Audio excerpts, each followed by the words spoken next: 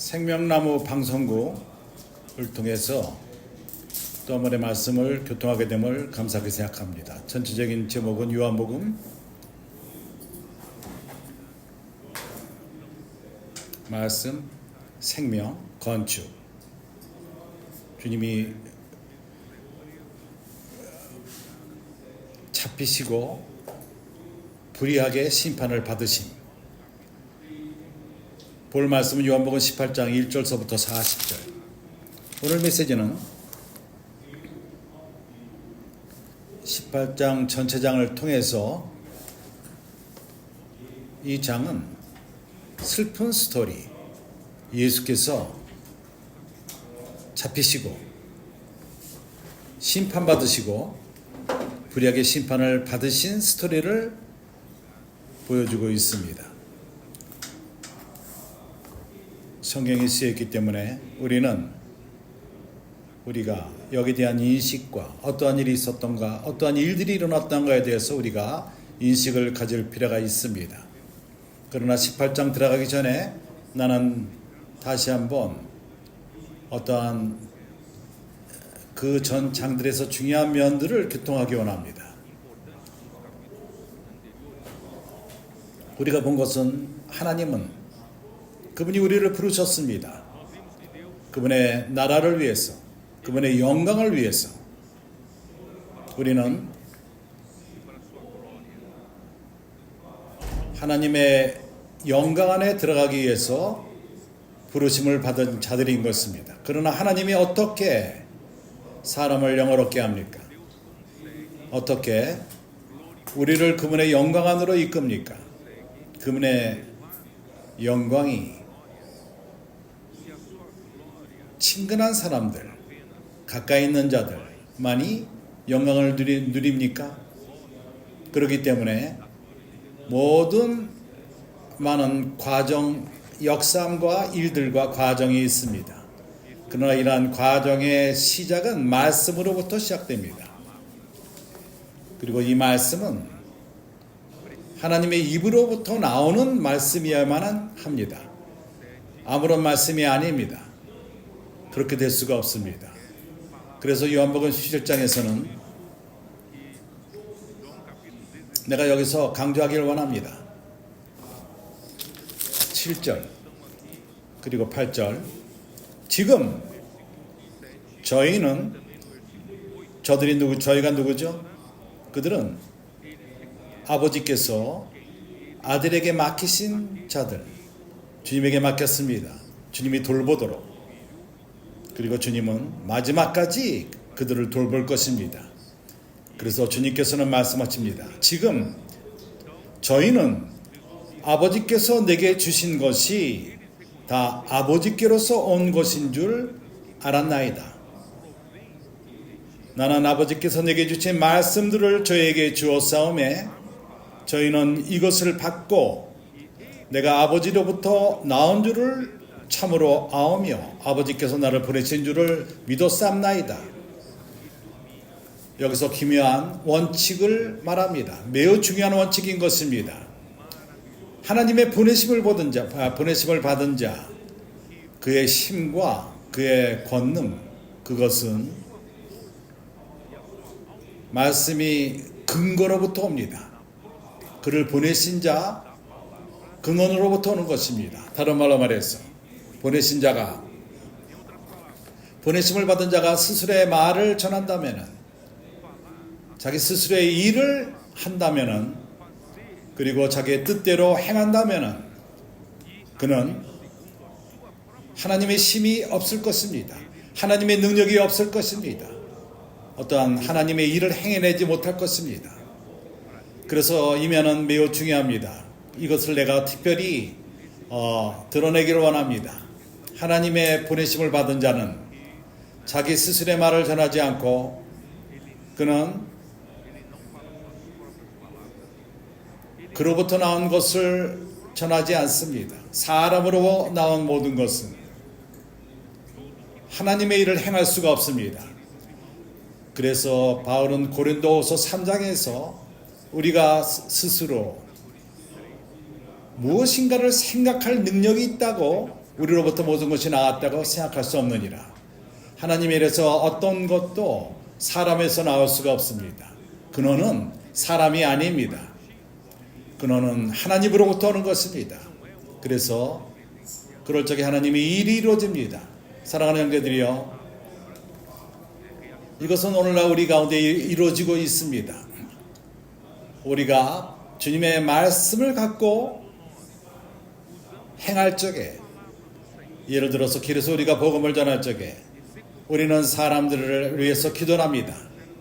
기도할 적에 주님이 우리에게 주신 그 말씀을 갖고 함께 기도할 적에 거기에는 능력이 있고 힘이 있습니다. 역사랍니다. 우리가 잠기는 그러한 말씀, 그러한 종이를 갖고 모르는 사람과 기도를 할 적에 역사한다면은 오늘 우리가 매일매일 삶에서, 가정생활에서, 형제들과의 관계에서, 사회생활에서 사람들과 이런 말씀을 갖고 접한다면 우리는 그러게 항상 이 말씀을 더욱더 사용합시다. 우리가 하나님의 근원이 하나님으로부터 하나님 말씀을 받을 적에 우리에게는 권능이 있습니다. 그 말씀 안에 있는 능력을 체험할 수가 있습니다. 힘을 체험할 수가 있습니다. 이것은 매우 중요합니다. 우리가 기억할 필요가 있습니다. 마태복음 4장 4절에서 주님께서는 말씀했습니다. 시험하는 자에게 말하기를 사람이 떡으로만 살 것이 아니요 하나님의 입으로부터 나오는 모든 말씀으로 살리라. 이것을 기억하실 필요가 있습니다. 우리가 매일매일 우리의 직장과 근심하며 먹고 사는 문제와 미래와 경제적인 문제와 미래 문제를 걱정한다면, 그리고 다른 것에는 나에게 시간이 없다, 나는 너무 바쁘다, 직업에 바쁘다. 그러나 우리가 인식해야 되는 것이 사람이 떡으로만 사는 것이 아닙니다. 우리가 떡만을 관심하며 산다면 많은 궁핍함이 있을 것입니다. 우리의 감정에도 그렇고 우리 영적인 면에도 그러합니다. 그렇기 때문에 우리는 생계 문제만을 갖고 살 수 없습니다. 매일매일 떡만을 근심하며 살 수가 없습니다. 하나님 말씀이 필요합니다. 그러나 이것은 교리적인 말씀, 교리적인 가르침의 말씀이 아닌 것입니다. 우리에게 필요한 것은 하나님의 입으로부터 나오는, 근원이 하나님의 입으로부터 나오는 말씀인 것입니다. 그래서 마태복음 4장 4절 말씀의 그 헬라어로서 그 말씀은 레마, 순발적인 말씀, 하나님이 그 순간 우리를 공급하기를 원하시는 그러한 말씀, 바로 그렇습니다. 이러한 말씀이, 그러게 우리가 잠기는 그러한 잠기는 종이를 갖고 우리가 잠길 적에 하나님은 우리를 공급하며 우리가 이 말씀을 갖고 살 수 있는 것입니다. 이것이 우리에게 능력을 주고 우리에게 생명을 주고, 이 말씀이 우리에게 하나님의 사랑을 우리에게 공급하며 우리는 공급함을 받습니다. 우리의 혼이 공급함을 받고 우리의 영이 공급함을 받고 살 수 있는 것입니다. 그래서 이 면은 매우 중요합니다. 그리고 두 번째 면은, 내가 18장 가기 전에 또 한 가지 말하기를 원하는 것은, 형제들에게 내가 보여주길 원하는 것이 있는데, 그것은 모든 하나님이 하시는 모든 일들은 우리를 영광으로, 하나님의 영광으로 이끌기 위함인 것입니다. 그렇다면 어떻게 하나님이 우리를 영광으로 이끄시죠? 이것은 어떠한 과정의 일들인데, 골로새 1장에서 우리에게 보여주는 것이, 영광은 거기에 하나님의 능력이 있을 뿐만 아니라 그 능력은, 그 영광은 힘이 있습니다. 그 영광의 힘으로써 우리 가운데 역사를 합니다. 하나님의 영광이 우리 삶 가운데 어떻게 역사를 하죠? 영광은 어떠한 그 겉으로 보이는 그런 것만이 아닙니다. 어떠한 빛이요, 그렇습니다. 그거 있지만은 그 안에 또한 힘이 있습니다. 일을 합니다. 어떻게 역사를 하죠? 그것은 사람을 이러한 영광으로 이끄는 그러한 일을 하는 것입니다. 영광 가운데로 영광이 우리를 이끕니다. 그러다 어떻게 일을 하죠? 그래서 여기서 보여주는 것은 예수께서 그의 말씀을 통해서 요한복음 17장 17절, 저희를 진리로 거룩하게 하옵소서, 아버지의 말씀은 진리니이다. 그래서 첫 번째, 이 영광의 힘이 그는 우리를 하나님의 영광으로 이끌기 원합니다. 그렇기 때문에 일을 하는데 우리를 먼저 거룩하게 합니다. 우리를 어떻게 거룩하지 않은 것이 거룩한 곳으로 들어갈 수 있죠? 그렇게 될 수가 없습니다. 그러기에 하나님은 먼저 우리를 거룩하게 할 필요가 있습니다.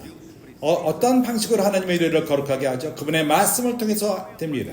진리를 통해 되는 것입니다. 그렇기 때문에 하나님은 에베소서 5장을 볼 적에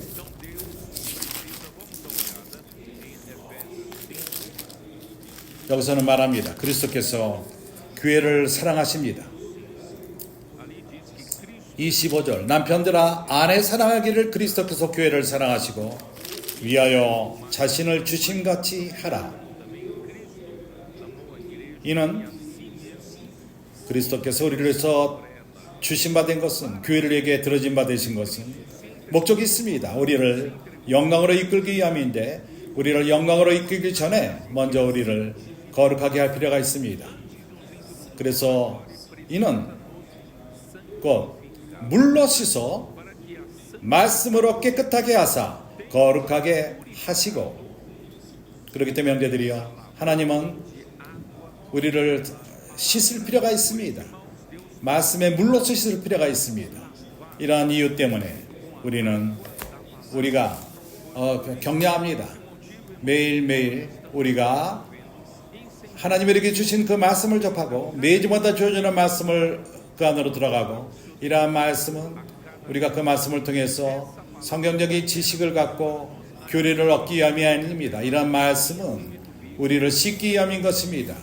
우리를 거룩하게 하며 우리를 깨끗하게 하고 거룩하기 위함인 것입니다. 그렇기 때문에 우리가 이러한 말씀을 외우고 성경 지식을 갖는 말씀을 통해서 매주 해주는 말씀을 통해 그것만으로 충분하지가 않습니다. 우리는 우리 마음 안에 이 말씀을 새길 필요가 있습니다.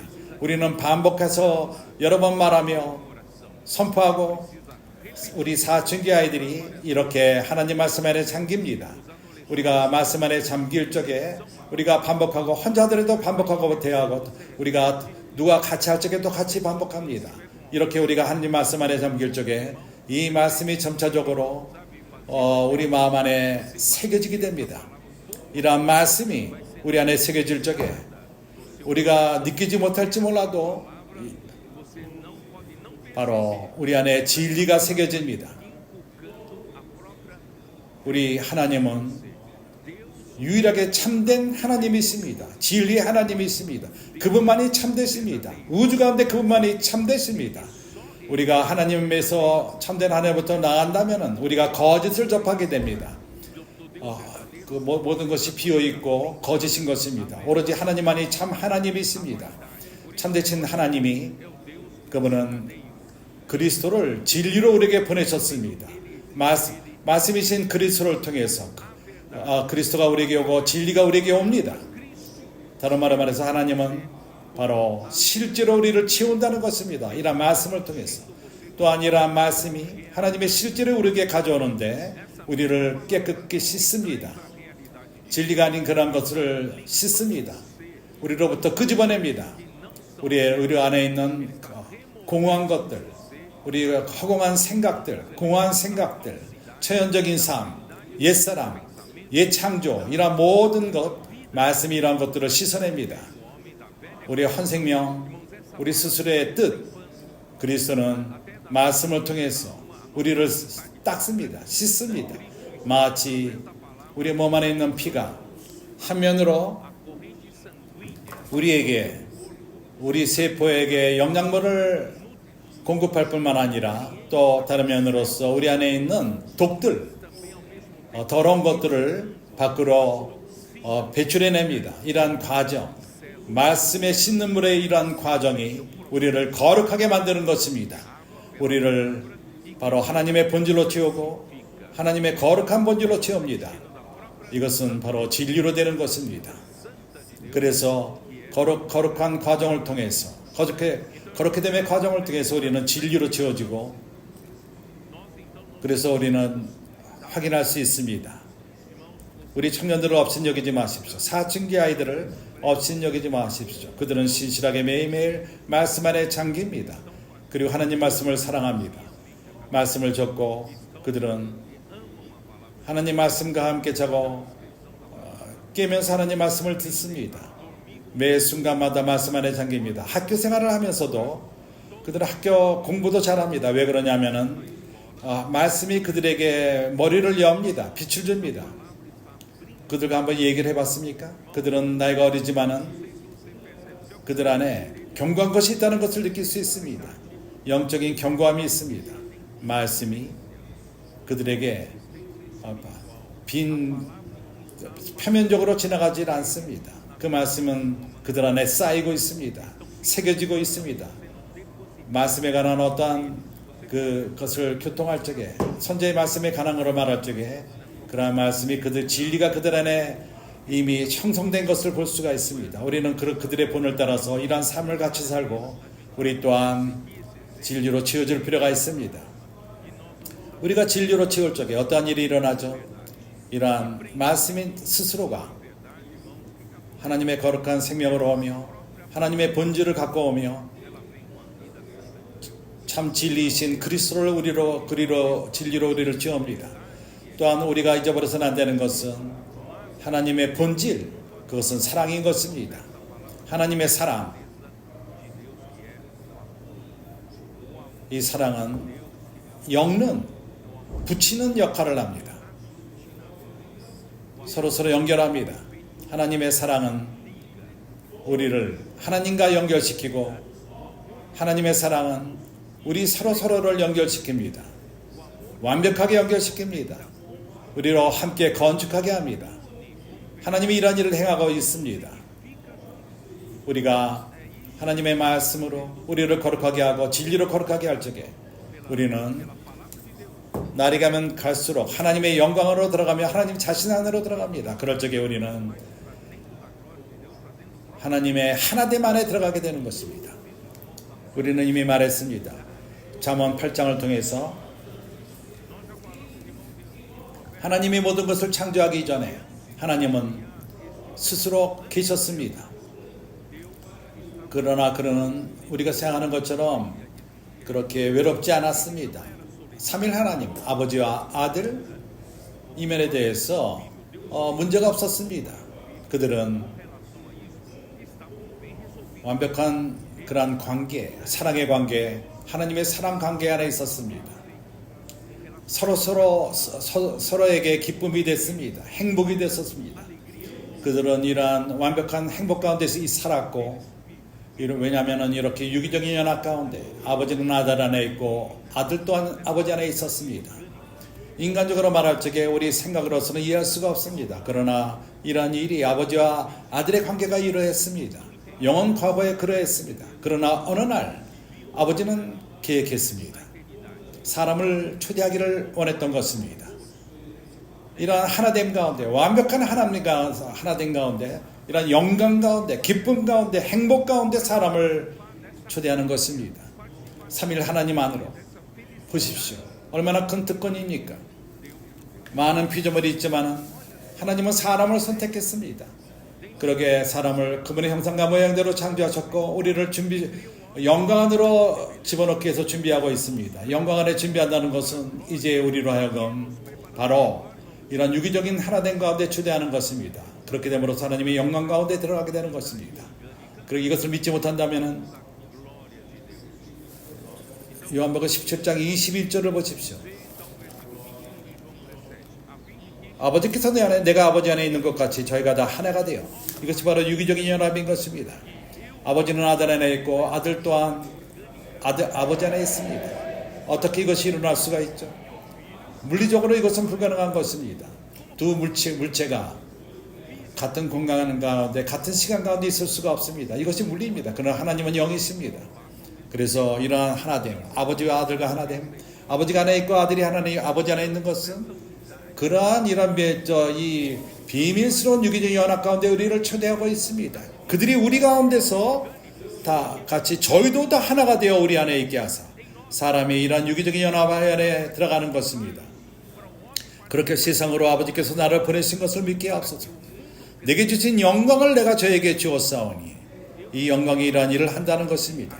내게 주신 영광을 내가 저에게 주었사오니 이는 우리가 하나 된 것 같이 저희도 하나가 되게 하려 함이니이다. 그렇기 때문에 영광의 힘, 영광 스스로가 역사합니다. 하나됨을 위해서 역사합니다. 유기적인 하나됨 안으로 하나님의 유기적인 연합 가운데로 그 영광은 일합니다. 내게 주신 영광을 내가 저에게 주었사오니 이는 우리가 하나 된 것 같이 저희도 하나가 되게 하려 함이라. 곧 내가 저희 안에 아버지께서 내 안에 계셔 저희로 온전함을 이루어 하나가 되게 하려 함은 영광은 이렇게 하나됨을 위해서 일합니다. 아버지께서 나를 보내신 것과 또 나를 사랑하신 것 같이 저희도 사랑하는 것을 세상으로 알게 하려 함이니라. 사랑만이 이러한 사랑만이 유기적인 연합 안으로 완벽한 하나됨 안으로 이끕니다. 하나님의 사랑인 것입니다. 그래서 하나님의 은혜로서 하나님은 이제 바로 이러한 영광 가운데 영광으로 이끕니다. 이런 하나됨 가운데로 이끕니다. 표면적인 하나됨이 아닙니다. 사람이 가진 그러한 하나됨이 아닙니다.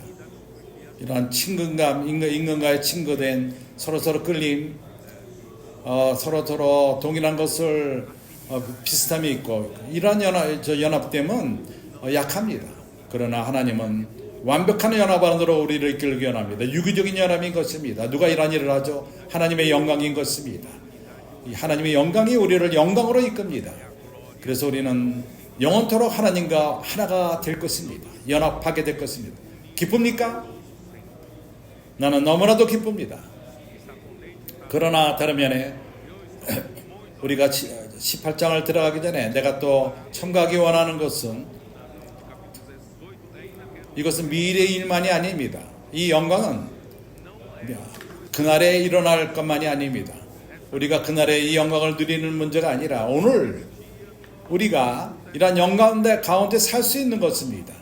어저께 내가 밖에 라이브를 통해서 모세가 그가 하나님과 교통을 했습니다. 하나님과 친근했습니다.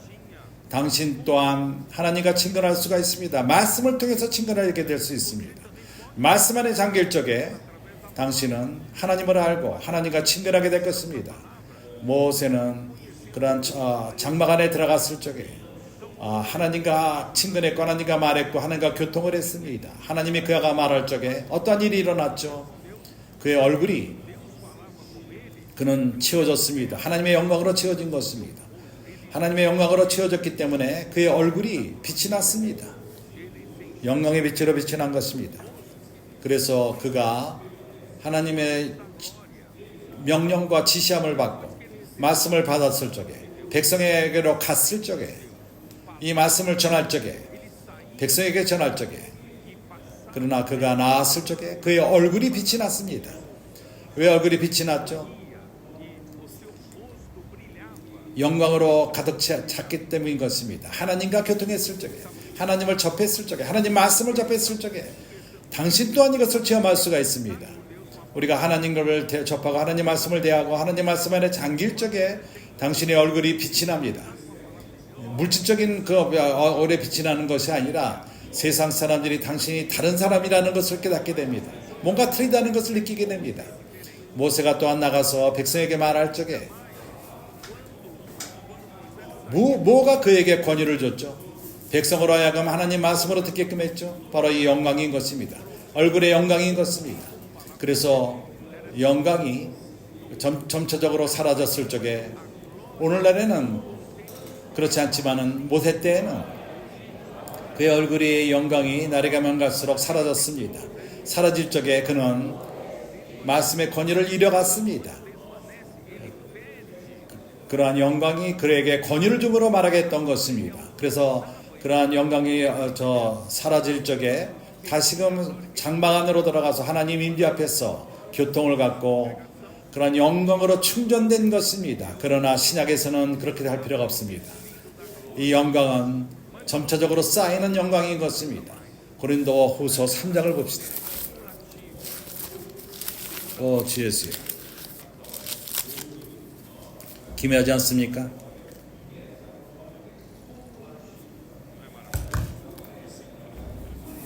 13절. 우리는 모세가 이스라엘 자손들의 장차 없어질 것에 결국을 주목지 못하게 하려고 수건을 그 얼굴에 쓴 것 같이 아니하노라. 그러나 저희 마음이 완악하고 오늘까지도 구약을 읽을 때 그 수건이 오히려 벗어지지 아니하고 있으니 그 수건은 그리스도 안에서 없어질 것이다.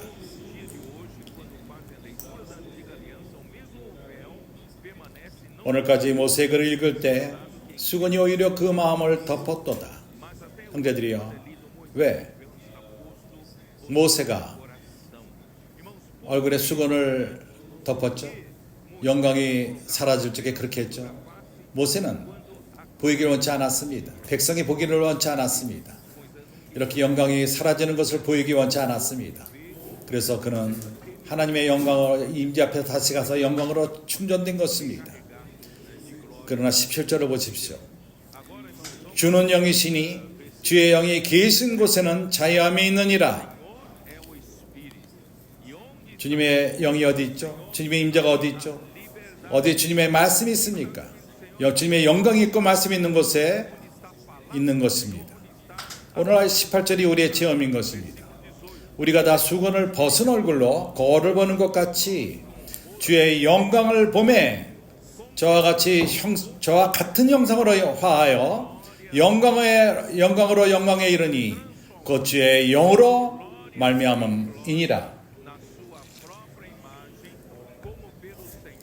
그래서 우리가 복음을 전하며 권선의 일을 하며 사람들을 접할 적에 우리가 말씀 안에 잠길 적에 말씀 안에 잠김이 우리에게 영광을 가져옵니다. 이 영광은 우리에게 권위를 줍니다. 하나님으로 대변해 말하게 합니다. 사람들은 이것을 깨닫습니다. 하나님의 능력을 그들이 느낍니다. 그리고 기적이 일어납니다. 길에서 그러한 기적들이 일어납니다. 하나님의 은혜로서 우리는 그날을 기다릴 필요가 없습니다. 영광을 장래에 기다릴 필요가 없습니다. 오늘 우리가 영광을 체험할 수 있습니다. 이 영광은 쌓이는 영광인 것입니다. 없어지지 않습니다. 날이 갈수록 쌓입니다. 점차적으로 영광과 영광 가운데 채워집니다. 완전히 변화받을 때까지. 아멘. 이제 우리는 요한복음 18장으로 들어갑시다. 주 예수여. 18장 1절. 여기서 예수께서 겟세마네 동산에 계십니다. 동산인 것입니다. 그가 배반을 당하셨고 이 동산에서 잡히십니다.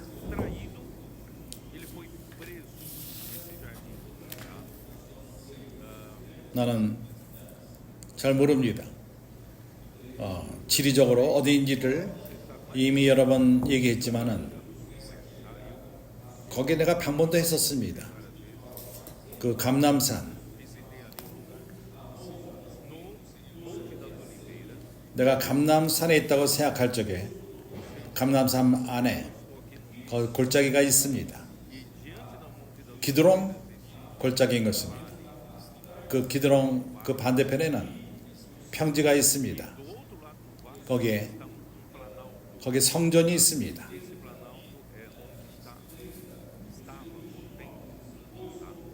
거기 성전의 평지, 기드론 그 골짜기 건너편에 있습니다.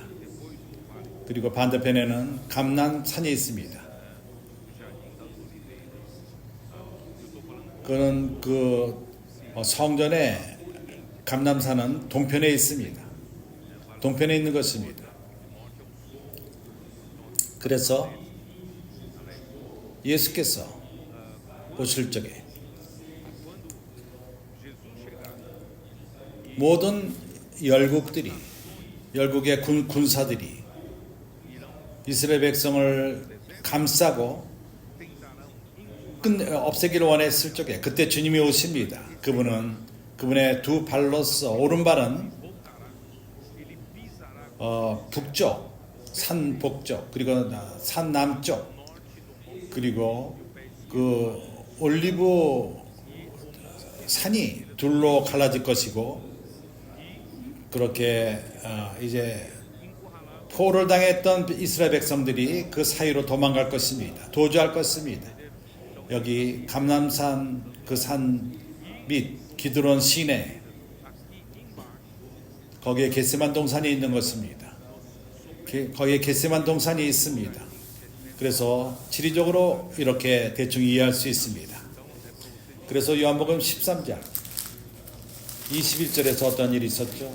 예수께서 그가 만찬 때 그의 배반자를 가르치셨습니다. 6월절 전에 예수께서 자기가 세상을 떠나 아버지께로 돌아가실 때가 이른 줄 아시고 세상에 있는 자기 사람들을 사랑하시되 끝까지 사랑하시니라. 마귀가 벌써 시몬의 아들 가룟 유다의 마음에 예수를 팔려는 생각을 넣었더니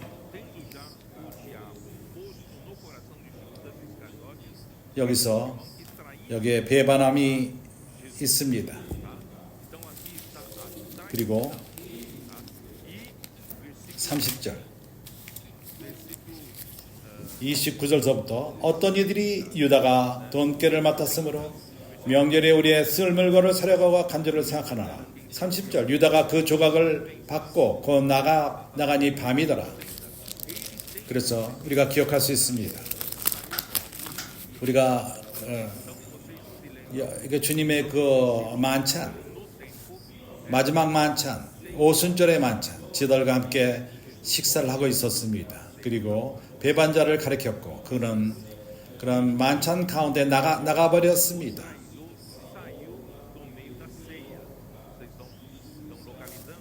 유다가 나갔습니다. 그리고 11 제자만이 남았습니다. 주님과 함께 있었습니다. 그래서 14장서부터 주님은 그의 마음을 여시고 17장까지 깊은 것을 말씀하십니다. 친밀한 것을 말씀하십니다. 그래서 이것이 바로 순간인 것입니다. 그들이 그런 상황 가운데 있었습니다. 만찬 가운데 있었습니다. 그리고 유다 나갔을 적에 그는 중요한 대상들을 접했고 그리고 군병들을 데려오며 예수가 있는 곳으로 군병들을 데려온 것입니다. 예수가 만찬 가운데 있다는 것을 알았습니다. 거기서 만찬하고 있었습니다. 그때 주님께서 주야들과 함께 교통하신 다음에 우리가 이곳에서 나가자. 그는 배반자가 군병들을 될 것을 알았습니다. 만찬장터로 데릴 것을 알았기 때문에 그는 겟세마니 동산으로 가신 것입니다. 이해가 갑니까? 그리고 유다는 글로 갔습니다. 만찬 거기 장소로 가서 찾지 못하니까 이제 지하들을 겟세마니 동산으로 들어간다는 것을 알았고 그것으로 찾으러 간 것입니다. 그래서 14장 마지막 부분에서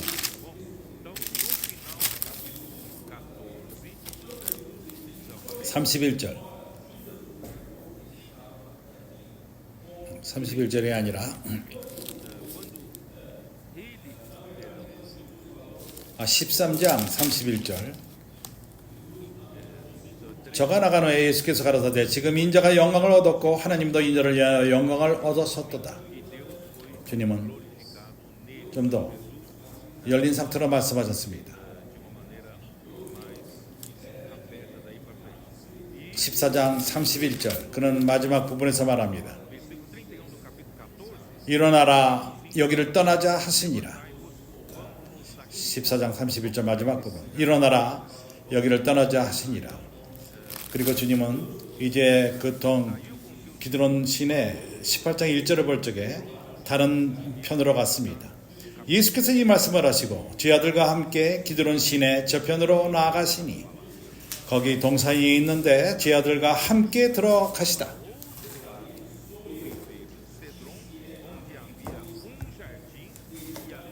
주님은 예루살렘 성전 근처에 있었지만 거기서 나가서 기드론 시내를 거쳐서 올리브 동산 겟세마니 동산으로 간 것입니다. 2절 3절 거기서 예수께서 제자들과 가끔 모이시는 곳이므로 예수를 파는 유다도 그것을 알더라. 만찬 자리에서 찾지 못했기 때문에 거기까지 유다가 알았기 때문에 그곳으로 갔습니다. 주님께서 지도자들과 여러 번 거기 있었기 때문에 안 것입니다. 유다가 군대와 및 대제사장들과 바리새인들에게 얻은 하석들을 데리고 등과 회와 병기를 가지고 그리로 오는지라. 주 예수여, 예수께서 그 당할 일을 다 아시고 나아가 가라사대 너희가 누구를 찾느냐?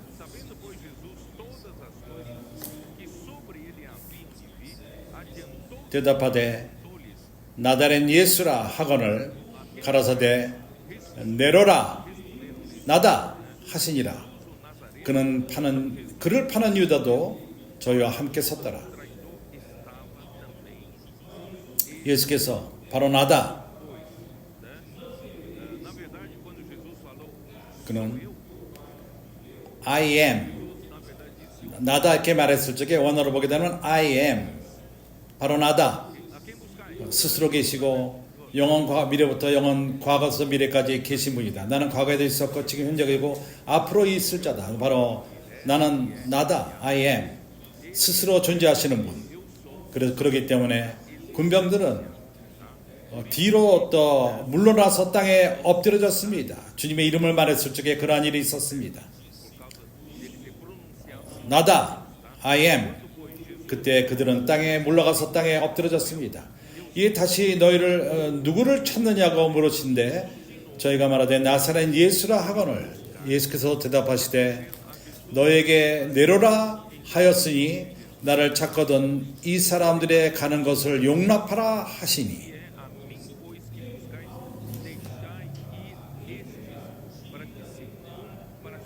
이는 아버지께서 내게 주신 자 중에서 하나도 잃지 아니하셨나이다. 주님의 근심을 보십시오. 주님은 그가 잡힐 적에 대장의 의도는 모두를 잡는 것이었습니다. 지하들도 함께 잡는 것이었습니다. 그래서 주님은 말씀했습니다. 너희가 찾는 게 나라면은 이들을 가게 하라. 그들을 잡지 말라 하신 말씀인 것입니다. 예수께서는 사실을 말할 적에 그는 하나님의 이름 모세에게 출애굽기 30장 14절 내가 다시 읽지 않을 것입니다. 그리고 요한복음 8장 58절 그 나다 말했을 적에 군병들이 쓰러졌습니다. 그리고 군병들은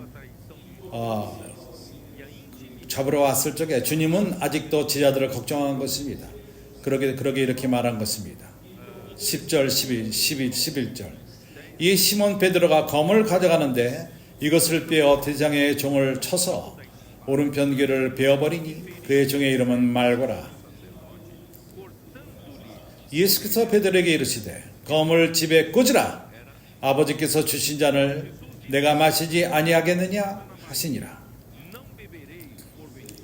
사실을 말하자면 나는 여기서 내 자발적으로 있는 것이다. 내가 원하지 않는다면 어느도 나를 잡지 못할 것이다. 어느 나의 생명을 앗아갈 수 없을 것이다.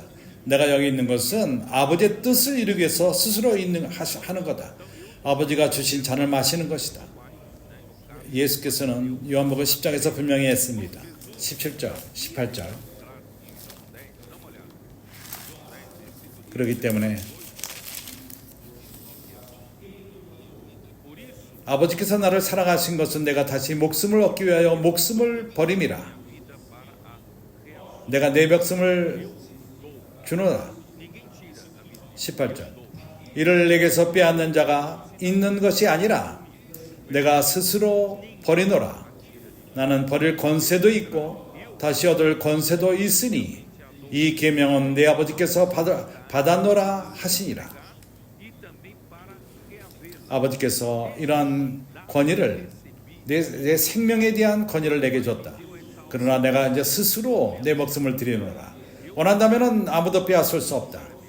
이렇게 군병들이 무기를 들고 왔지만은 예수를 잡기 위해서 원했지만은 주님이 원하지 않는다면 그들이 들어갈 수 없었을 것이었습니다. 그래서 누가복음은 22장 51절에서 예수께서 말고를 길을 고쳤습니다. 누가복음 22장 51절 50절 그 중에 한 사람이 대상에 종을 쳐 그 오른편 귀를 떨어뜨린지라. 예수께서 일러 가라사대 이것으로 참으라 하시고 그 귀를 만져 낫게 하시더라. 예수께서 그 귀를 떨어진 귀를 낫게 했습니다.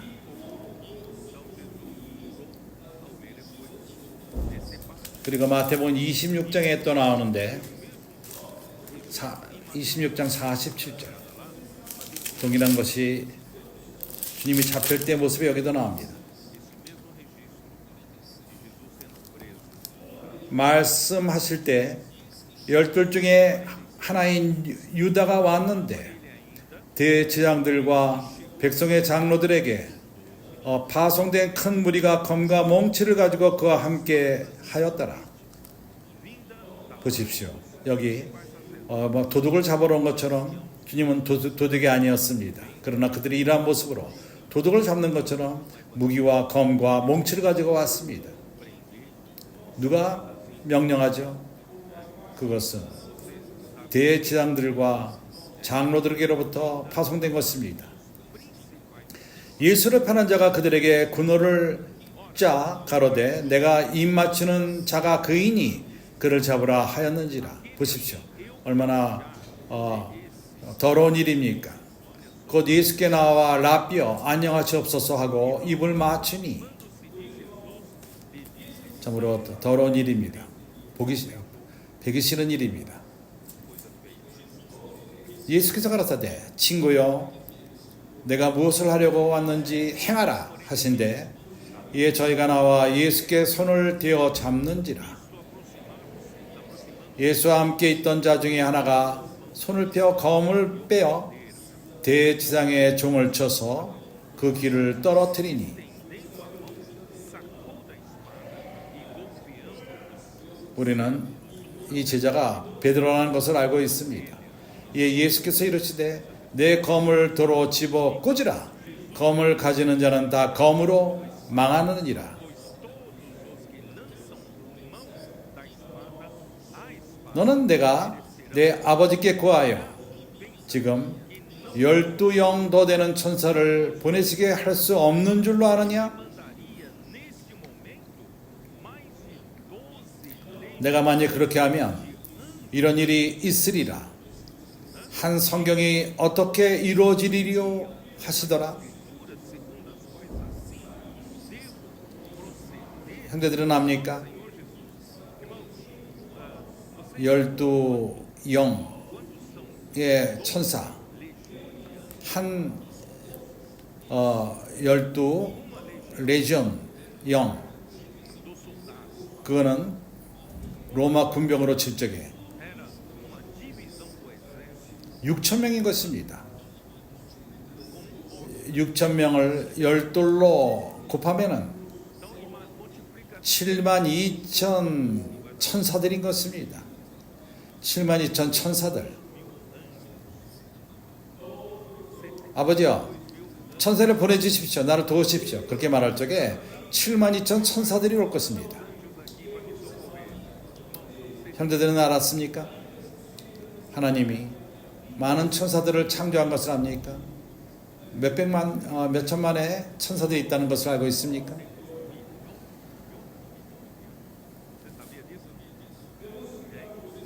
그렇기 때문에 천사의 3분의 1이 사단을 쫓았다 할지라도 아직도 3분의 1 천사들이 하나님을 섬기고 있는 것입니다.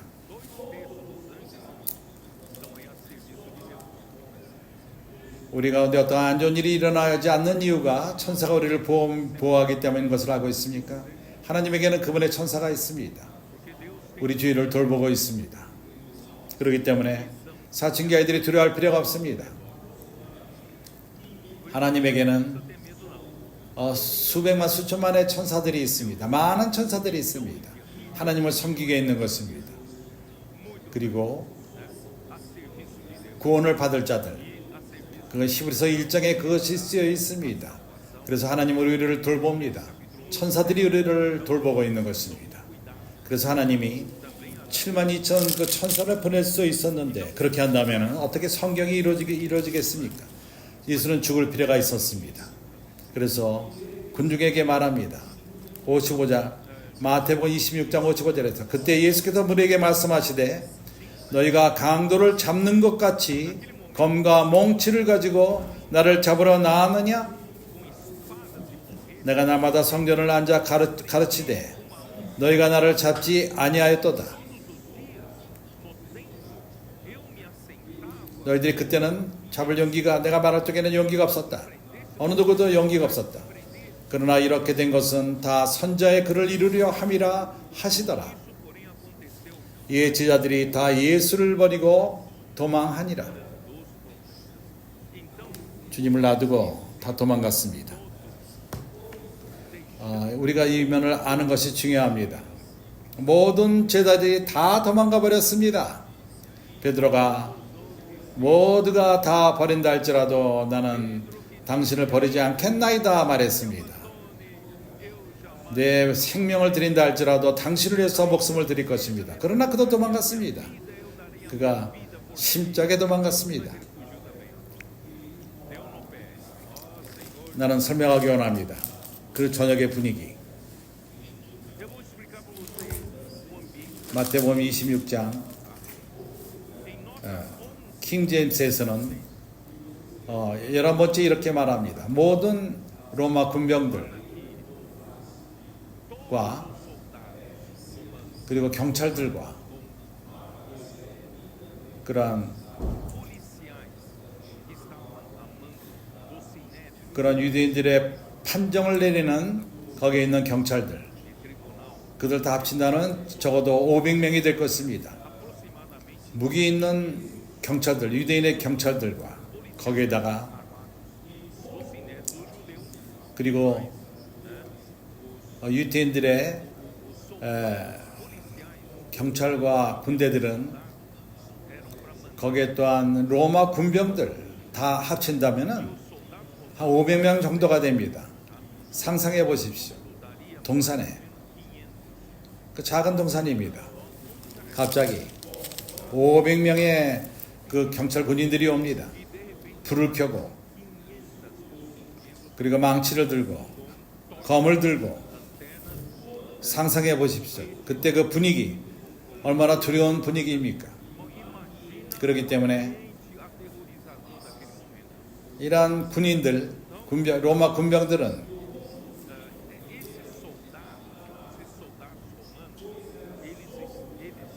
로마 그런 안토니아 그런 성 안에 있었습니다.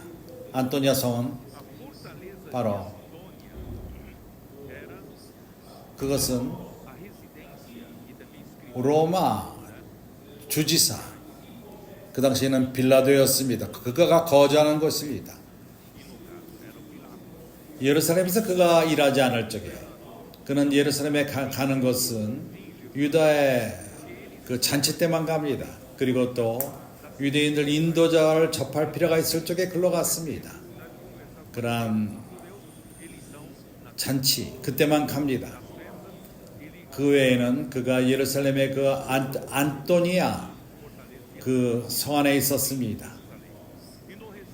그리고 가이사라는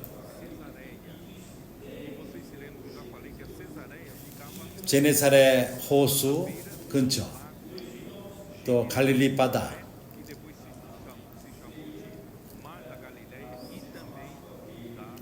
가이사라 그곳, 그러한 이름이 그 가이사라 호수가 있기 때문에 그러한 이름이 주어졌습니다.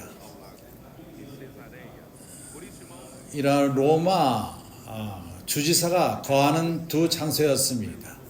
그러나 판단할 필요가 있었고 또한 오순절 잔치가 있었기 때문에 로마 주지사가 안토니아에 있었습니다.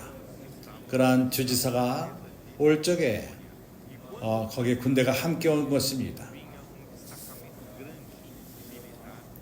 그렇기 때문에 이제 500명이 온 이유를 알게 됩니다.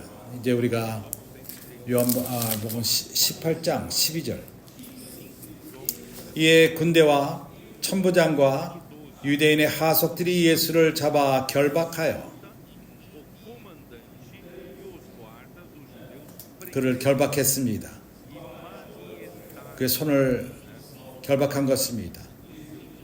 먼저 안나스에게로 끌고 가니 안나스는 그의 대제사장인 가야바의 장인이라. 가야바는 유대인들에게 한 사람이 백성을 위하여 죽는 것이 유익하다 공고하던 자더라.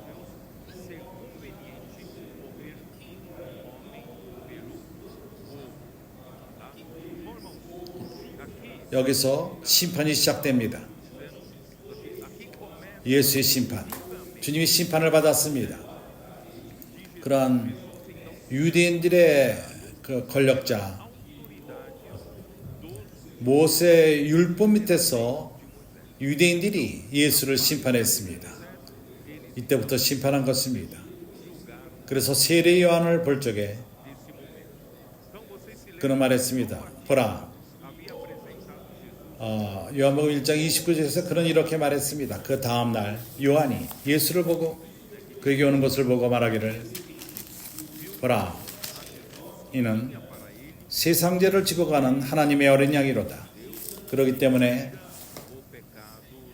그러한 만찬 때, 그의 마지막 오순절 만찬 때 그는 예언했습니다. 저희들에게 말했습니다. 그가 그 어린 양처럼 죽을 것을 예언했습니다. 이것은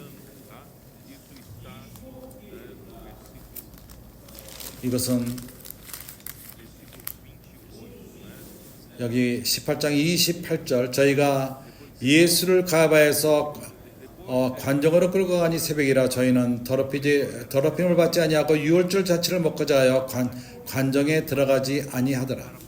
그 당시는 오순절 때 잔치 때였습니다. 구약 때 모세 율법에 의하면은 유월절 그 잔치 때는 우리가 출애굽기 12장 3절서부터 6절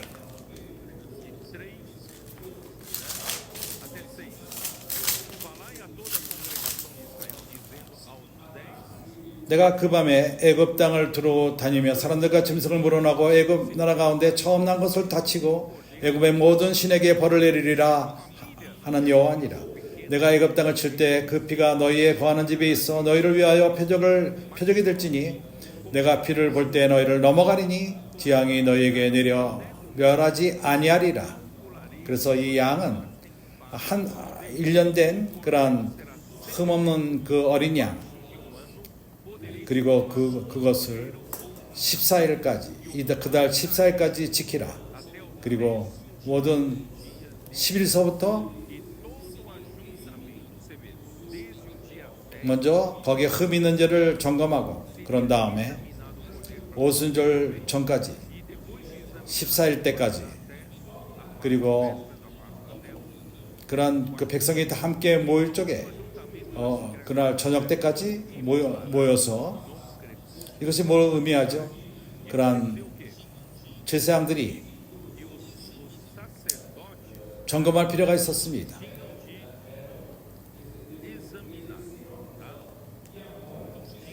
그래서 예수께서는 그렇게 제사장들과 로마인들에게 점검함을 받았지만은 그 안에서 흠을 얻지를 못했습니다.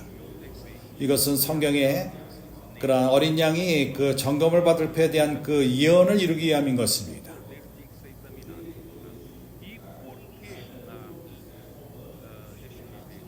먼저 아나스에게 가이사라 장인이었습니다. 가이사가 대장이라면은 예수가 먼저 아나스에게 끌려갔습니까? 가이사의 그 장인, 그리고 가이사는 예언했습니다. 하나님에게 예언되었습니다. 백성을 위해서 한 사람이 죽으리라. 그 사람은 예수입니다. 그렇게 가이사가 예언한 것입니다. 하나님의 어린 양으로서 백성을 위해서 죽게 되는 것을 예언한 것입니다. 그러나 왜 안나스가 나오죠? 우리는 역사를 볼 필요가 있습니다. 안나스는 대제사장으로서 그는 대제사장으로 일했습니다. 6년서부터 그리스도 후에 6년서부터 15년 때까지. 그리고 그가 그 직책을 놔둔 다음에 아나스는 대제사장의 집안 사람이었습니다. 그에게는 능력이 많이 있었습니다. 그러나 로마인들은 너무 그 권능을 유대인들이 갖지 않기 위해서 로마인들은 대제사장이 어떤 기간 동안 제사장의 직분을 행할 필요가 있다. 그런 다음에 다른 제사장에 그걸 넘기라. 왜냐하면 큰 영향을 갖지 않게 하기 위해서. 그러나 안나스는 큰 영향이 있었습니다. 유대인들의 백성에게 큰 자였습니다. 그러나 로마 정부가 그 안나스가 자녀들에게 그걸 넘기게 했습니다. 그런 그의 자녀 5명이 그들이 그런 직분을 행했던 것입니다. 그리고 이제는 그의 사위 가이사가 하는 것입니다. 그래서 안나스는 가장 유대인들이 존경하는 자였고, 그리고 대제사장의 직분의 사람이었고, 많은 이들이 그를 대제사장으로 인정했던 것입니다. 그가 로마 군병이 그렇게 여기지 않았지만은 가이사가를 로마인들은 가이사로 하여금 이제 주님을 정죄하게 한 것입니다. 그렇기 때문에 이러한 분위기 가운데서 안나스가 먼저 안나스에게로 주님을 끌고 간 것입니다. 15절부터 18절까지는 이제 베드로가 예수를 부인하는 모습이 나옵니다. 참으로 슬픈 일입니다. 그가 결코 모두가 주님을 저버린다 하더라도 자기는 저버리지 않는다고 말하던 자가 이제 그가 주님을 부인합니다. 15절 시몬 베드로와 또 다른 제자 하나가 예수를 따르니, 이 다른 제자 하나는 요한이기가 쉽습니다. 또 다른 제자 하나가 예수를 따르니 이 제자가 제자들과 아는 사람이라. 예수와 함께 대장의 집들에 들어가고, 요한이 대장을 아는 사람이었기 때문에 그러한 그 제장 집들에 들어갈 특권이 있었습니다. 그리고 베드로는 문 밖에 섰는지라 이런 특권이 있지 않았습니다.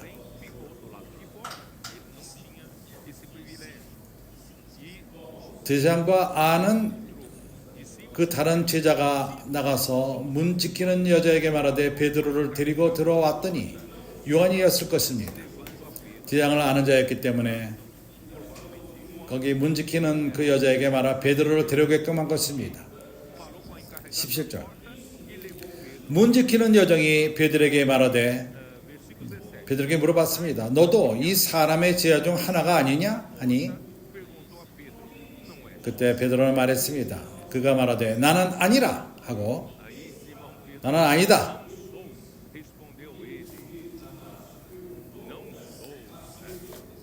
그때가 추운 고로 종과 하속들이 숯불을 피우고 서서 쬐니 베드로도 함께 서서 쬐더라. 이제 25절로 넘어갑시다. 시몬 베드로가 서서 불을 쬐더니 사람들이 묻되 너도 그 제자 중 하나가 아니냐?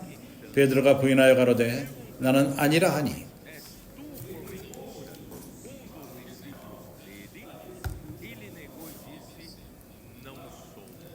새벽에 그 뜰에서 추웠습니다. 모두가 불을 쬐고 있었습니다. 로마 병정도 있었고 많은 사람들이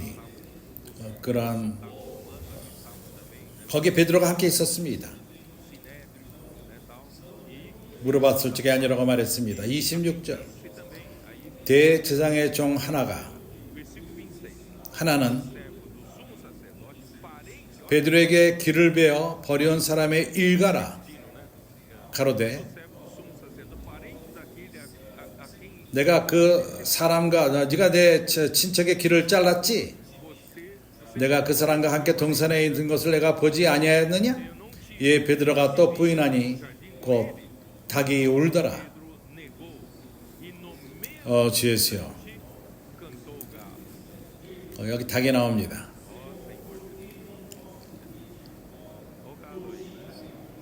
주 예수여.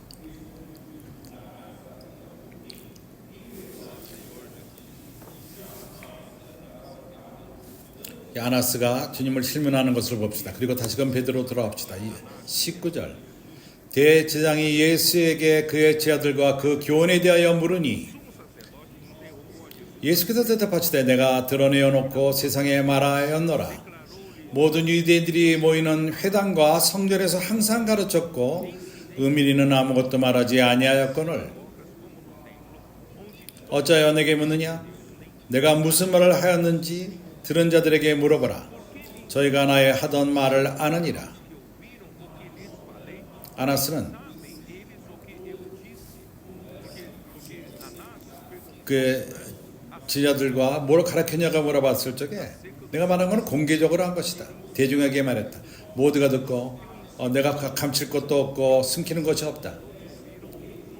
이 말씀을 하심에 곁에 섰던 하속 하나가 손으로 예수를 쳐 가로되 내가 대장에게 이같이 대답하느냐 하니 예수께서 대답하시되 내가 말을 잘못하였으면 그 잘못한 것을 증거하라. 잘하였으면 내가 어찌하여 나를 치느냐 하시더라. 아나스는 예수를 결박한 그대로 대제사장 가야바에게 보내니라. 아나스는 그가 아무것도 결론을 지을 수 없다는 이렇게 실문하는 것이, 왜냐하면 사실은 실문할 것이 아무것도 없었습니다. 주님이 가르치는 그 모든 것을 모두가 알고 있었습니다. 주님이 가르치는 걸 알고 있었습니다. 그렇기 때문에 예수를 이제 가야바에게, 저 대장에게, 가야바에게 보낸 것입니다. 이제 베드로에 대해서 돌아와서 기억합니까? 요한복음 13장에서 베드로가 강하게 말했습니다. 36절에서 시몬 베드로가 가로되 주여 어디로 가시나이까? 예수께서 대답하시되 나의 가는 곳에 내가 지금은 따라올 수 없으나 후에는 따라오리라. 베드로가 가로되 주여 내가 지금은 어찌하여 따를 수 없나이까? 주를 위하여 내 목숨을 버리겠나이다.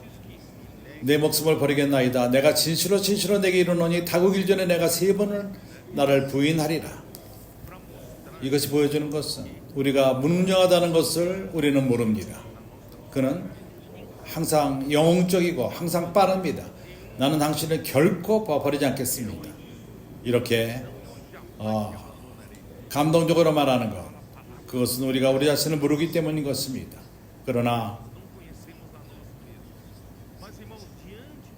우리를 500명의 군병이 로마 군병과 경찰들과 군인들이 있을 적에, 그 저녁에 불과 망치와 칼들을 갖고 그들이 왔을 적에, 불을 켜고 왔을 적에, 그러한 상황 가운데에서 우리는 우리 목숨을 잃었을 것입니다. 이렇게 죽음에 가까워할 적에 우리는 어떻게 반응을 보일지 우리는 모릅니다. 그러기에 우리가 담대하게 말하지 마십시오. 나는 가슴을 치면서 결코 이렇게 안 하리라 이렇게 말하지 마십시오. 주님을 3번 부인하는 것은 베드로의 주님이 한 번 부인했다면 그 순간에 순간적이라 말하지만 3번 부인했다는 것은 부인할 수 없습니다. 그래서 주님은 그러하여금 3번 부인하게 한 것입니다. 분명하기 위함인 것입니다. 체현적인 사람은 믿을 수가 없다는 것입니다. 문제가 없을 적에는 모든 걸 약속합니다. 그러나 큰 압력이 올 적에 우리가 누군가 하는 것을 보이게 됩니다.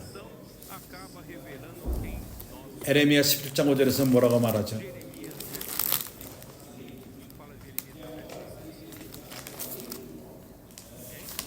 사람을 믿지 말라고 말합니다. 나 여호와가 이시를 말하노라. 무릇 사람을 믿으며 혈육으로 그 권력을 삼고 마음이 여호와께서 떠난 그 사람은 저주를 받을 것이라. 사람을 믿지 말라는 것입니다. 다른 사람을 믿지 말고 자신도 믿지 말라는 것입니다. 사람은 믿을 수 없는 자들입니다. 많은 경우에 우리는 우리의 권력과 힘과 그것을 믿을 수 없습니다. 우리 육은 믿을 수 없습니다. 누가복음을 보십시오. 22장 61절.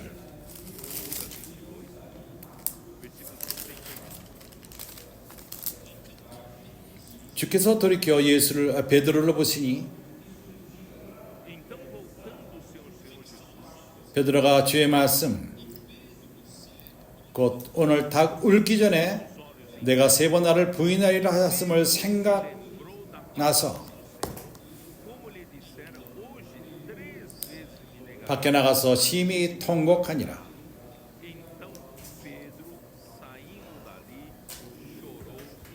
심히 통곡하니라. 그가 능력이 없다는 것을 깨닫게 되었습니다.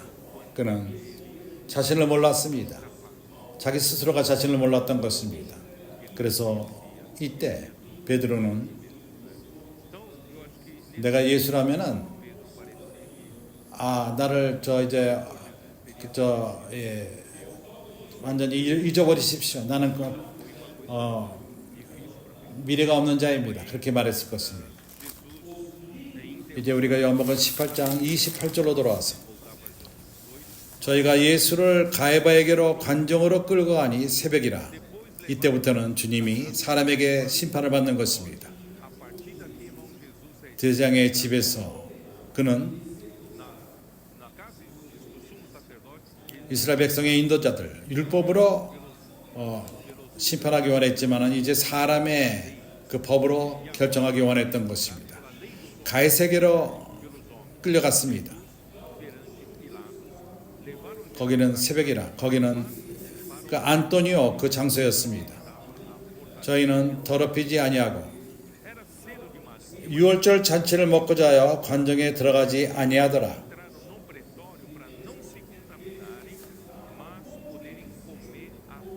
그 저녁 때 그들은 오순절 어린 양을 먹을 때인 것입니다. 잔치를 먹습니다. 그래서 그들은 그날 더럽혀서는 안 됩니다. 유대인들의 율법에 의하면 그들이 거룩함을 받은 다음에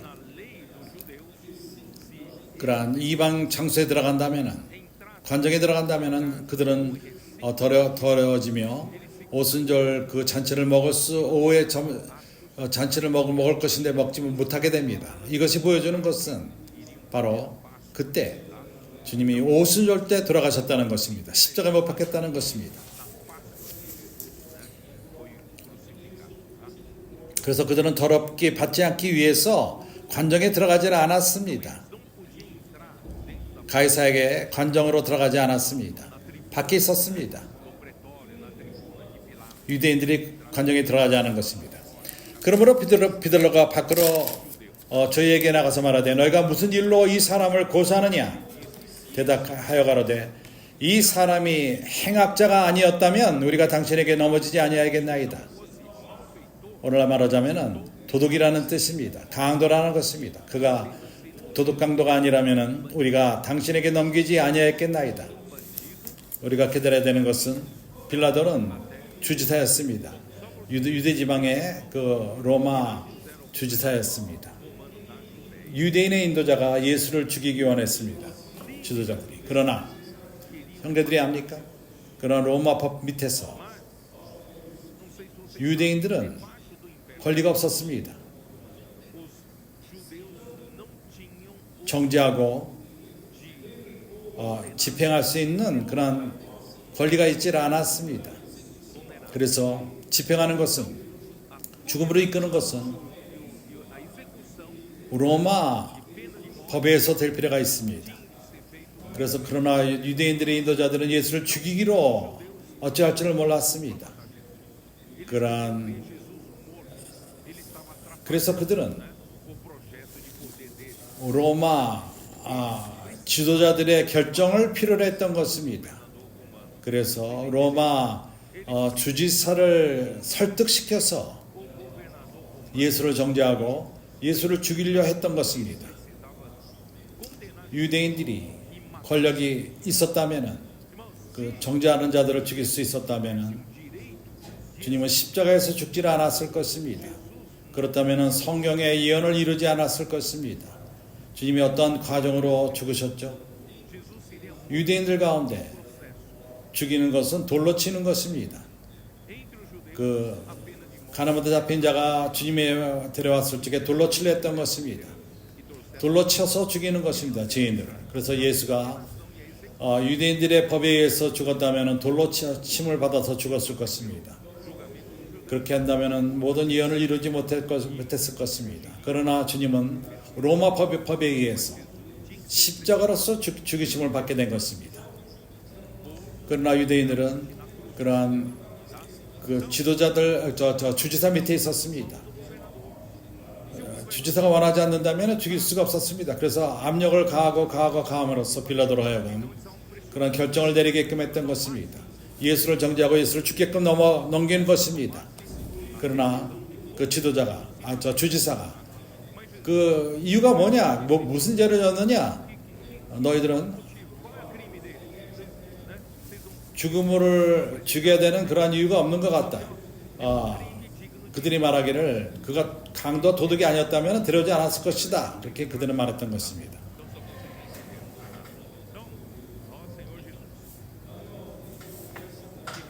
(31절) 빌라도가 가로되 너희가 저를 데려다가 너희 법대로 재판하라.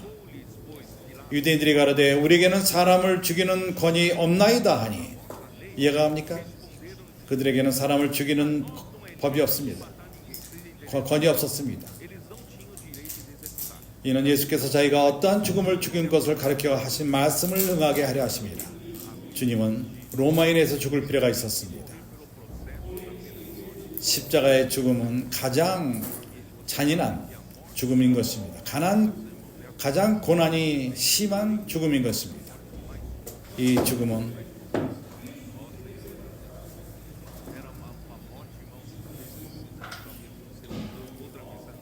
우리가 두 손이 십자가에 달릴 적에 다리 또한 못 박히고 온 몸의 무게가 그러한 못에 달려 있습니다. 몇 시간 동안 달려 있다면, 오랫동안 달려 있다면 더 이상 힘이 없게 됩니다. 자신을 지탱할 힘이 없게 됩니다. 그리고 몸이 밑으로 축 처질 적에 이 허파가 압력을 받게 될 거고 숨을 못 쉬게 됩니다. 그래서 우리가 그런 상황에서 숨을 쉬기 위해서는 근육을 사용해서 하지만은 오랫동안 견디지 못합니다. 그리고 다시금 밑으로 처지게 됩니다. 그래서 참으로 힘이 없지만은 숨을 쉬기 위해서는 일어날 필요가 있습니다. 참으로 잔인한 죽음인 것입니다. 그 아픔뿐만 아니라 이러한 어려움이 있었습니다.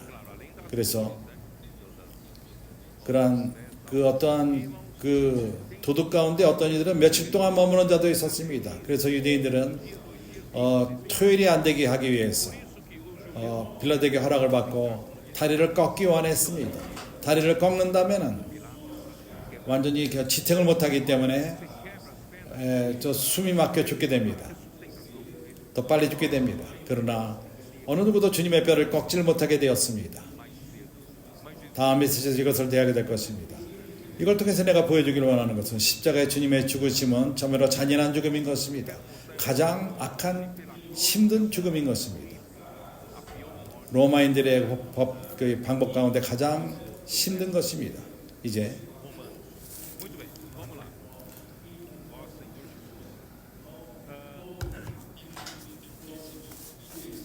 이에 빌라도가 자기 관정에 들어가 예수를 불러 가로되 내가 유대인의 왕이냐? 그가 유대인들의 많은 압력 때문에 주님의 죽음이 유대인들이 죽인다면은 돌로 쳐 죽였을 것입니다. 그러나 구약에 예언된 것이 하면은 주님이 나무에 들림을 받으리라.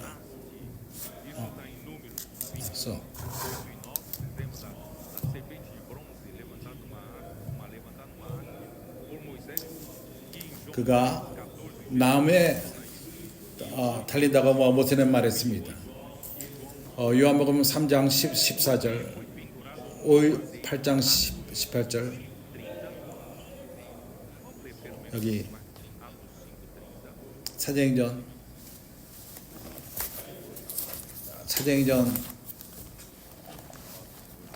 5장 30절, 거기서 뭐라고 말하죠? 뒤에서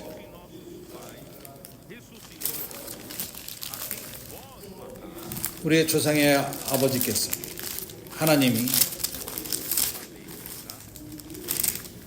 나무에 그를 달려게 하리라.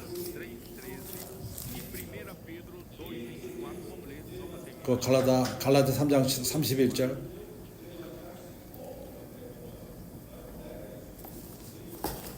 베드로전서 2장 18절.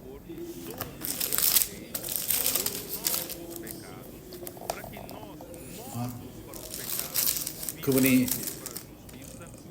우리 길을 위하여 달리신 것은 산 우리들로 하여금 의 가운데 살기 위해서. 그가 어린 양처럼, 몇 장이죠? 너희 혼에. 그가 왜 나무에 달렸습니까?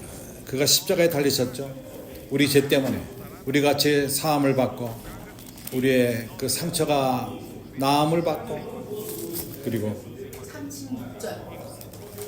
그리고 목 잡는 양과도 같이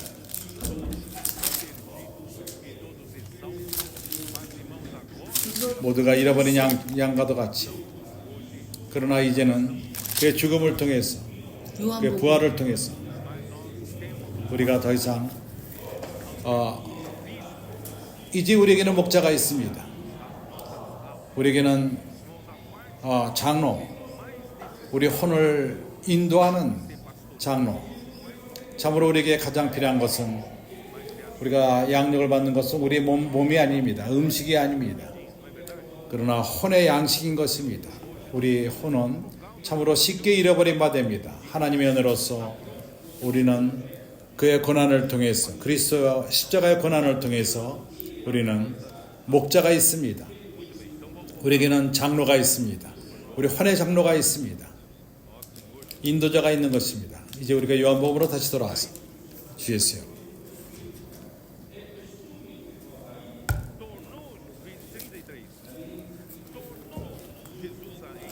33절. 이에 빌라도가 다시 관정에 들어가 예수를 불러 가로되 내가 유대인의 왕이냐? 예수께서 대답하시되 이는 내가 스스로 하는 말이요 다른 사람들의 나를 대하여 내게 하는 말이뇨.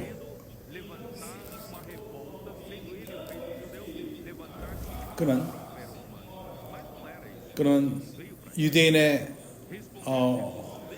왕으로서 이렇게 주님은 그렇게 행하지 않았습니다. 예수께서 대답하시되 이는 내가 스스로 하는 말이뇨 다른 사람들이 나를 대하여 내게 한 말이뇨. 너희들이 나한테 물어보는 거는 유대인들이 압력을 주니까 하는 얘기지, 내가 죽음으로 가야 되는 이유가 아니라는 건 너는 안다. 빌라도가 대답하여 내가 유대인이냐? 내 나라 사람과 대제사장들이 너를 내게 넘겼으니 내가 무엇을 하였느냐? 네가 뭘 행했느냐? 예수께서 나는 한 일이 없다. 예수께서 대답하여 내 나라는 이 세상에 속한 것이 아니라 만일 내 나라가 이 세상에 속한 것이었다면 내 종들이 싸워 나로 유대인들에게 넘겨주지 않게 했으리니 이제 내 나라는 여기에 속한 것이 아니니라. 빌라도가 그러되 그러면 내가 왕이니 아니냐? 예수께서 말씀하시되 내 말과 같이 내가 왕이라. 내가 이를 위하여 나왔으며 이를 위하여 세상에 왔나니 그 진리에 대하여 증거하려 함이니라. 무릇 진리에 속한 자는 내 소리를 듣느니라 하신대. 우리가 천국 복음을 길에서 전하는 이유가 무엇이죠? 왜냐하면 주님이 왕이 되기 위해서 오셨기 때문인 것입니다. 이 세상 나라를 다스리기 위함인 것입니다. 로마 나라와 변론하기 위함이 아닙니다. 그분의 나라는 하늘나라인 것입니다. 이 땅을 얻기 위한 것입니다.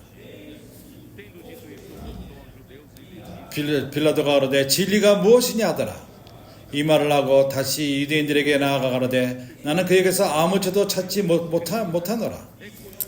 왜 너희들이 왜 나한테 압력을 주느냐? 나는 그에게 죄 있는 걸 못 본다. 그래서 그때 그는 악한 것을 행했습니다. 이제 백성에게 넘긴 것입니다. 백성으로 결정하게 한 것입니다. 그가 결정한 권한이 있었지만은 그러한 책임을 유대인 백성에게 넘긴 것입니다. 6월절이면 내가 너에게 한 사람을 놔주는 전례가 있으니 그러면 너희가 내가 유대인의 왕을 너에게 놓아주기를 원하느냐 하시니 저희가 또 소리질러 가로되 이 사람이 아니라 바나바라 하니 바나바는 강도로라. 그는 강도였습니다. 보십시오. 얼마나 끔찍한 일입니까? 우리 주 예수 그리스도께서 왕을 되시기 위해서 오셨습니다. 이상 나라가 아닙니다. 왕이 되셔서 오셨습니다. 누가복음 1장에서 여러 번 읽었습니다.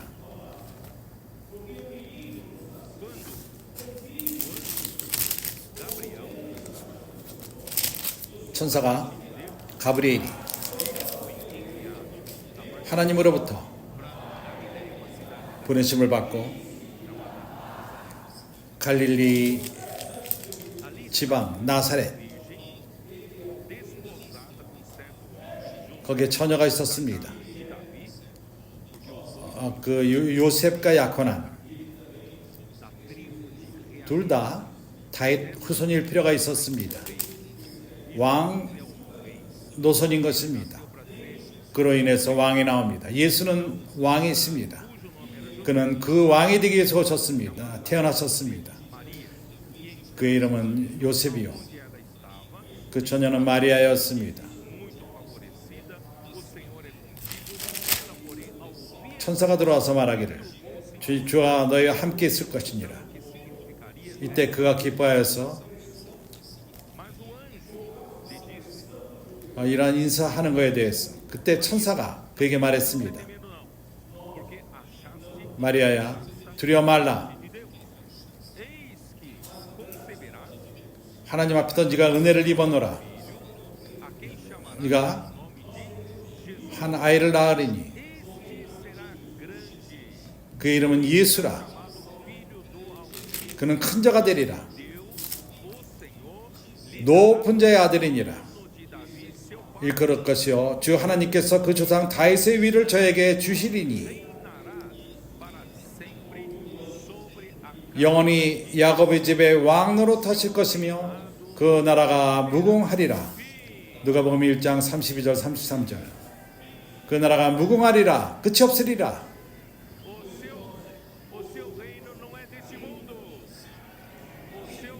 그 나라는 이 세상에 속하지 않은 나라인 것입니다. 그 나라는 무궁합니다. 끝이 없습니다. 그렇기 때문에 나는 이사야서 9장 6절 여기서 반복합니다.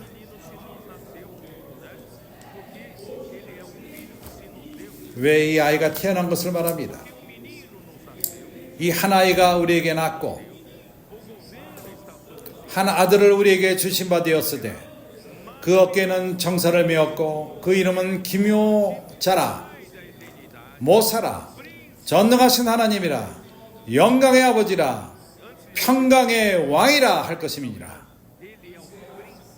7절 읽기 전에 그는 평강의 왕이라는 것을 강조하고 싶습니다. 그는 주 예수여. 그는 또한 그 의로서 판단하시는 하나님이십니다. 내가 왜 이것을 말하죠? 형제들은 깨닫습니까? 주님의 그 심판받을 적에 유대 인도자도 판단할 수 없었고 빌라도도 판단하는 데서 이상 그 의로서 판단할 수가 없었습니다. 그렇기 때문에 사람의 의는 집과도 같습니다. 사람의 의는 그것은 이제 어떠한 압력받으면 변하고 그리고 돈 받으면 또 빗나갑니다. 빌라도가 압력을 받고 이제 그것을 피했습니다. 우리는 이 세상 그런 법 밑에서는 안락함이 없습니다. 그러나 주님의 나라가 올 적에 1000년 동안 예수께서 다스릴 나라가 올 것입니다. 그의 나라는 평강의 왕이 다스리는 그러한 나라인 것입니다. 그때는 평강이 옵니다. 그때는 의가 있는 나라가 올 것입니다. 참된 의가 있습니다. 1000년 동안 의가 있습니다. 그리고 평강이 있습니다. 1000년이 지난 다음에 그는 나라를 아버지께 드릴 것입니다. 하나님 또한 의와 평강으로서 영원토록 다스릴 것입니다. 그렇기 때문에 오늘날 우리는 의가 부족합니다. 평강이 별로 없습니다. 그러나 하나님의 은혜로서 그렇기 때문에 우리는 길로 나가서 왕의 복음을 전하는 것입니다. 왜냐하면 우리의 소망은 하나님의 나라가 이 땅에 오는 것입니다. 그리스도가 그의 나라를 갖고 오시는 것입니다. 교회는 오늘날 하나님의 의와 평강 가운데 있습니다. 교회는 천국의 실제이기 때문인 것입니다. 그러나 우리의 소망은 하나님 나라에 나타나며 1000년 동안 우리는 그런 나라 가운데 의가 있고 평강이 있는 나라 밑에 있게 될 것입니다. 그래서 마태복음 24장 10절에서 뭐라고 말하죠? 이 천국 복음을 모든 민족에게 전해주기 위하여 내게 증거되리니 그제야 끝이 오리라. 천국 복음이 모든 나라에게 전해질 적에 그리스도께서 나라를 잡으실 때입니다. 그때는 모든 불의는 떠날 것이고 평강이 없는 것은 없어질 것입니다. 그때 우리는 의와 평강 가운데 살며 영원토록 살게 될 것입니다. 예수는 주이십니다.